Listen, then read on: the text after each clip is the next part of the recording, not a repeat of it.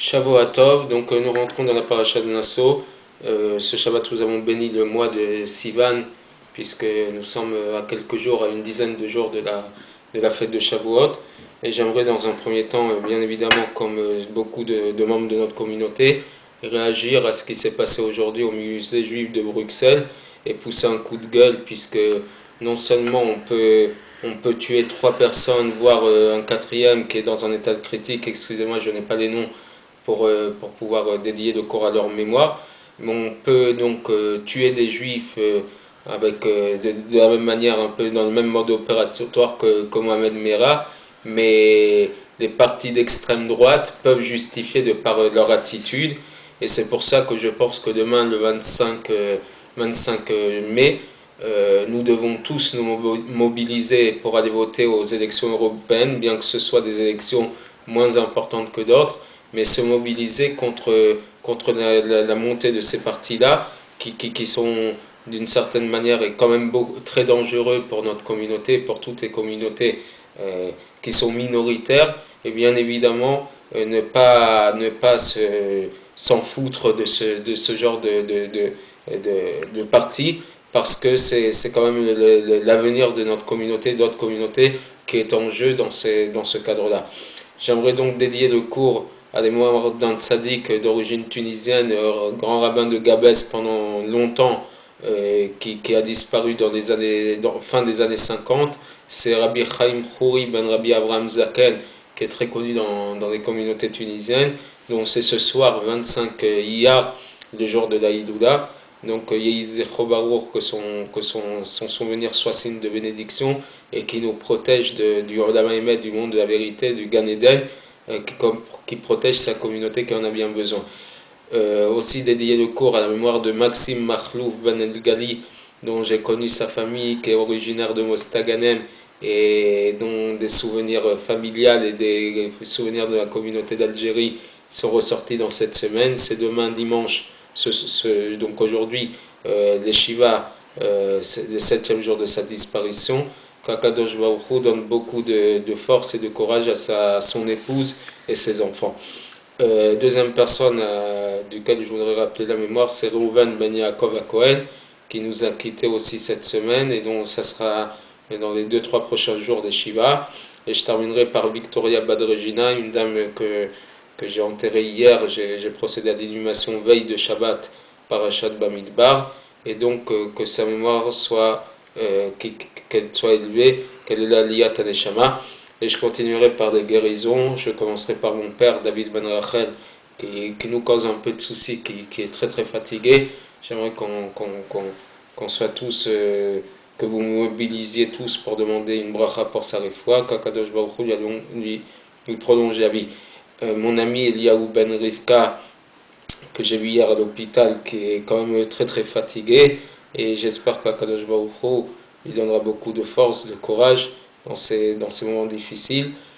Bien évidemment, je demanderai la guérison totale de Dilana Bazal Batester, dont on prie tous pour elle, Elon Ben Esther, Yaakov Ben Rachel, Rivka Bat Devora, Sarah Bat Sipora, des jeunes garçons Chaim Ben Chamous, Mordechai Ben Chamous, que Kadosh Baruch Hu a anticipé des difficultés, et qu'on a entendu que Baruch Hashem ça va un peu mieux. Donc Rivka Bat Esther, Rina Bat Chava, Asnat Bat Baya, Patricia Bat Myriam, le jeune homme Jonathan Shimshon Ben Bako, j'espère qu'on entendra des bonnes nouvelles. Le bébé Odaya Chaya Bat Vike Rivka Shila, dont c'est assez compliqué. Et vraiment, je demande qu'on prie pour ce bébé, cette petite fille très très jeune, qu'Akadosh Baruch Hu lui donne beaucoup de refoua. Antoine Ben-Émile, qui a dû rentrer à l'hôpital ces derniers jours pour poursuivre un traitement. Chaim Michael Ben Rivka, Makhlouf Ben Chaya, donc mon oncle Yehuda Ben Rachel, ma tante Bila Bracha Bad Rachel, Makhlouf Ben Chaya, Mike Meya Chaim Ben Simcha, Tuna Bat Esther, Esther Bad Rachel, Shalom Ben Abraham, Chaya Bad Rachel, Chamouz Ben Rachel, Eliyahu Ben Shomo, Moshe Ben Abraham, et Avraham Ben Luis. Pour tous et toutes, je souhaite une refoua shema, qu'Akadosh Baruch Hu leur donne une longue vie. Donc, comme je l'ai dit, nous sommes rentrés dans la paracha de Nassau. Et la paracha de Nassau, je pense que j'avais déjà dit l'année dernière, mais je le redis, c'est la paracha la plus longue de toute la Torah, 176 versets. Et on retrouve aussi que le plus long verset, le plus long Teilim, le plus long psaume du roi David, le psaume 119, l'alphabeta, comporte aussi 176 versets, ainsi que le traité le plus grand, le plus long du Talmud, le traité de Baba Batra, a aussi 176 dapim, pages recto verso. Donc ce chiffre de 176 qui ressort est donc la paracha la plus longue de la Torah. Donc cette paracha, nous allons évoquer plusieurs sujets, notamment en fin de paracha, presque toute la deuxième partie de la paracha, va évoquer tous les corbanotes, les sacrifices que les Nessié Israël, les princes d'Israël ont rapportés lors de l'inauguration du Mishkan, l'inauguration du sanctuaire. Tout ce passage que l'on répète pendant les 8 jours de la fête de Hanouka, voyez, ils ont beau avoir amené chacun le même sacrifice que les autres Nessim, les autres princes d'Israël, et malgré tout, la Torah répète pour chaque Nassi, pour chaque prince, les différents sacrifices qu'il a portés, comme pour dire que chacun, bien que dans le contenu c'était le même nombre de sacrifices et les mêmes sacrifices, mais chacun est venu avec une kavana différente, une intention différente, et c'est pour ça que malgré que la Torah ne fait pas de redondance, elle tient à marquer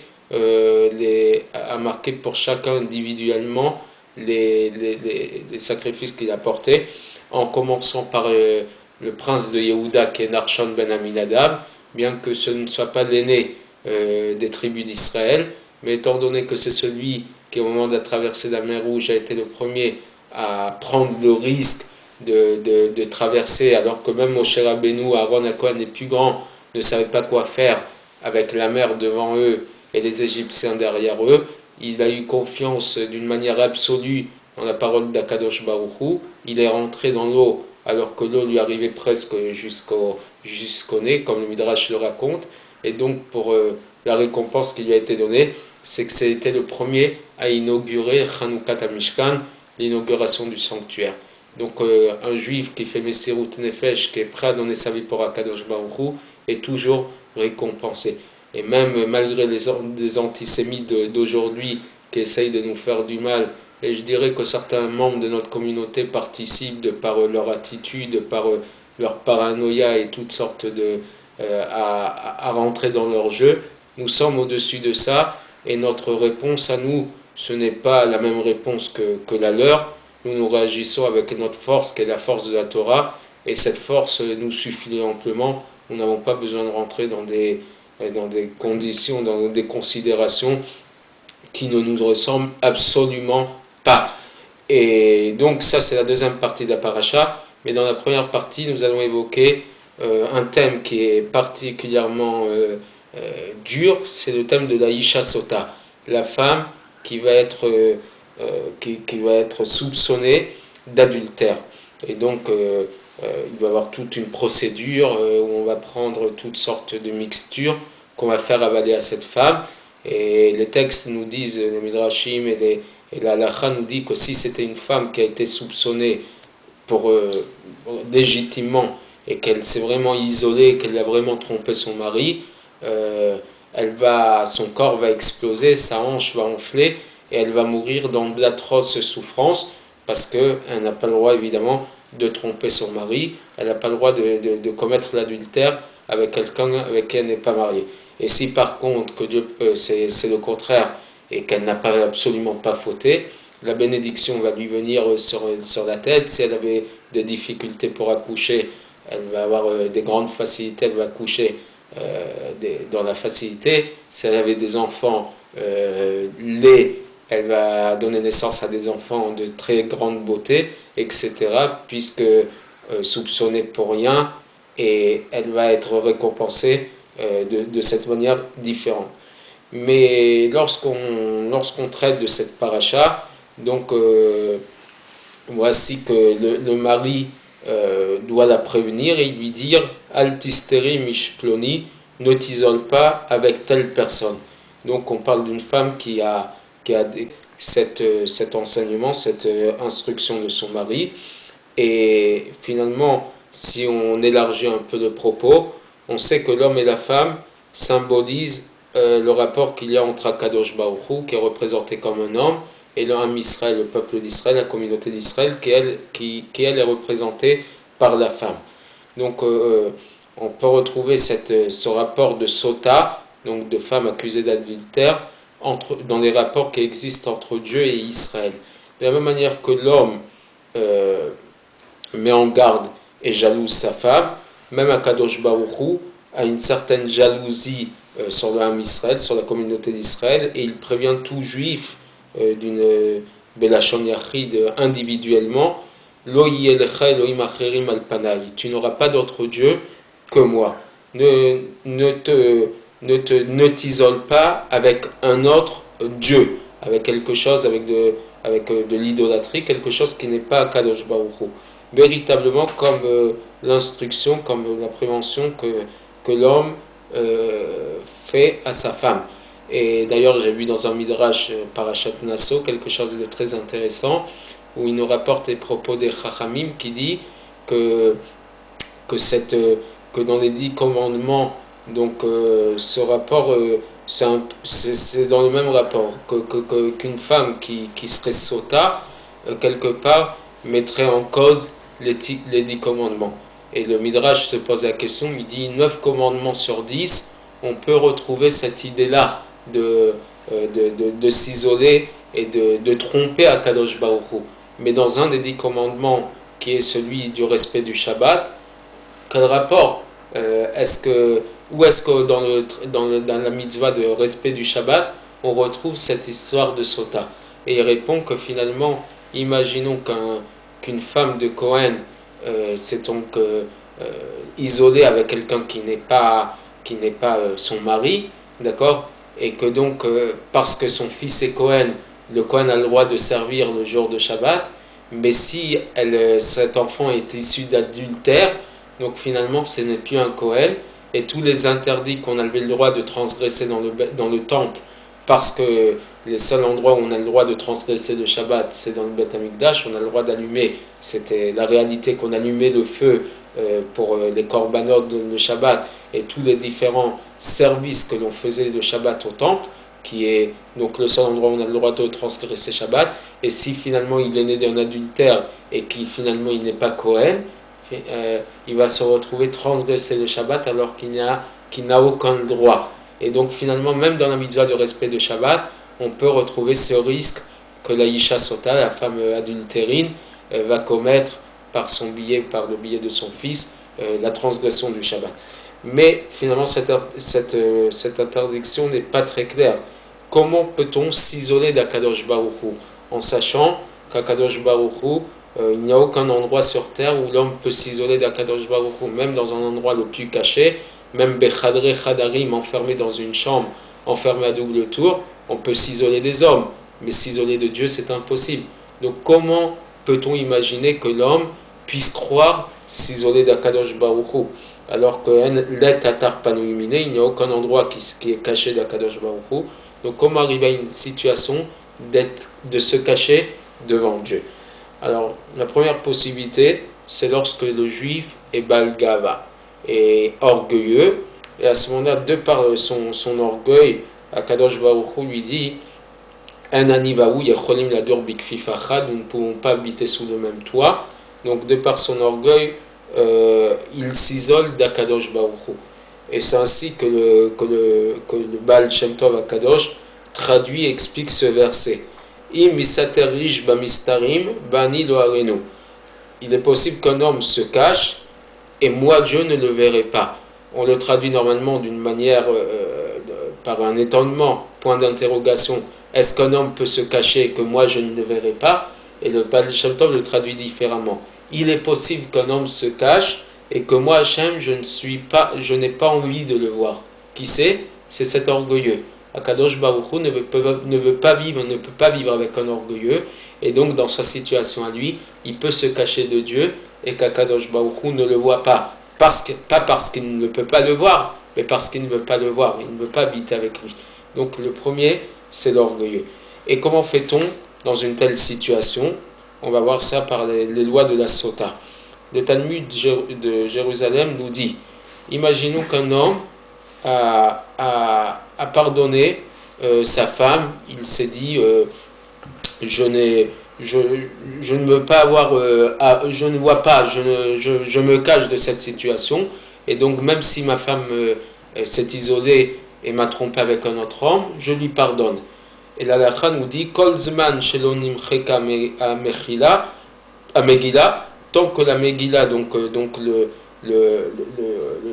rouleau dans lequel on va écrire tout ce passage de la femme sota n'a pas été effacé, il est censé s'effacer avec une mixture, donc la mixture dans laquelle on va le mélanger, ça marche. Ça veut dire que si le juif il se trouve dans une situation où la Megillah n'est pas effacée, le pardon d'Akadosh Baruch Hu lui suffit. Donc même le Baal Gahava, même celui qui fait preuve d'orgueil, s'il fait Teshuvah et qui demande pardon à Akadosh Baruch Hu, tant qu'il n'est pas rentré dans le processus de la sota, d'accord, de l'isolement, Akadosh Baruch Hu lui pardonne.